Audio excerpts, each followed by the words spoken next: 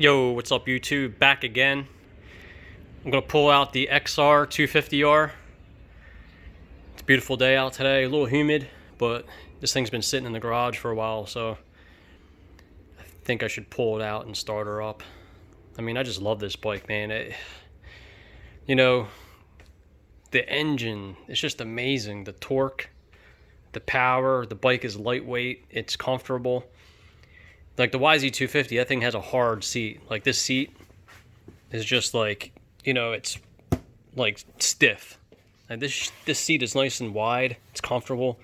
That's what makes this bike a great trail bike, man. The 250R, you just cannot go wrong with this bike, dude. It's just, oh man, I just can't get over how awesome they made this bike, and it never gets old.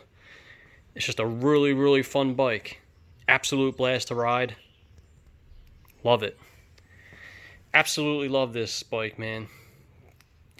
Man, I can't get over how many good things to say. There's nothing really bad to say about this bike. I just love it. I mean, the handling, it's very agile. It's easy to maneuver.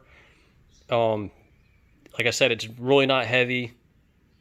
It's just very comfortable. And even on a long little road, like a long trip or even a little road trip, it's still comfortable.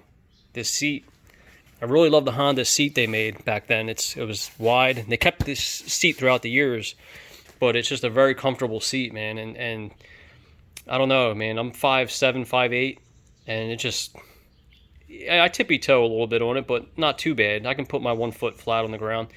But the YZ250, I think, just sits up really high, and it's kind of like tippy toeing on that one. But this one is just an amazing all around bike. The Honda XR, you just can't go wrong with it, man. So I'm gonna pull this out of the garage and start her up, and I'll be back soon. Peace and hair grease.